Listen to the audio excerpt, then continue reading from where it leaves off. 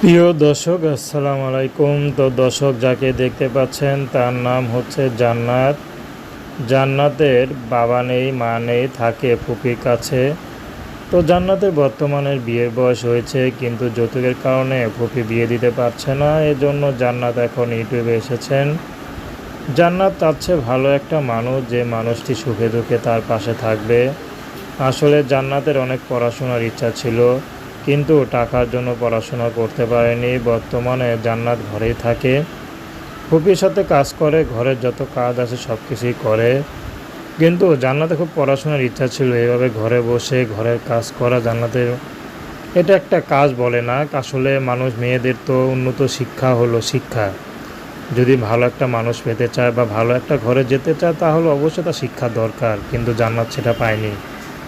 তো জানলাতে খুব খারাপ লাগে, এখনকার ভালো ঘরে বিয়ে হবে, এমনিতে বাবা মা নেই, তারপরে লেখাপড়া নেই।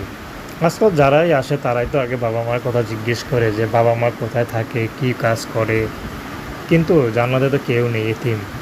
তো এতিম ভেবে যে পুরুষটি তার পাশে থাকবে, সে যদি বিবাহিত বয়স্ক হয়, জান্নাত বিয়ে শাদী করতে রাজি আছে। জান্নাতের ব্যক্তিগত কোনো চাহিদা না, কোনো পছন্দ নেই। যে ভালোবেসে জান্নাতের পাশে থাকবে, জান্নাতকে বুকে আগলে রাখবে, জান্নাত তার কাছেই যাবে। তো দর্শক, এই ছিল জান্নাতের জীবনের সংক্ষিপ্ত জীবন কাহিনী। আর যদি তার সাথে যোগাযোগ করতে চান, জান্নাতের স্ক্রিনে নাম্বার দেওয়া আছে, ওই নাম্বারে ফোন দিলে আপনারা জান্নাতের সাথে যোগাযোগ করতে পারবেন।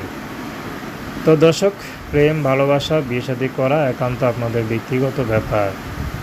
তো আসুন আমরা ৫ ওয়াক্ত নামাজ পড়ি, সর্বদা দেশের সেবা করি। আর জান্নাতের সাথে যোগাযোগ করলে, কথা বলতে চাইলে যে নাম্বার আছে ওই নাম্বারে ফোন দিলে হবে, কিন্তু ওই নাম্বারে ইমো নেই। কেউ যদি ইমো ফোন কিনে দেয়, তাহলে হয়তো তার সাথে ইমো ফোনে ভিডিও কলে কথা বলতে পারবে। তো আজকে এই পর্যন্তই। আসসালামু আলাইকুম রহমতুল্লাহি ওয়া বারাকাতুহু।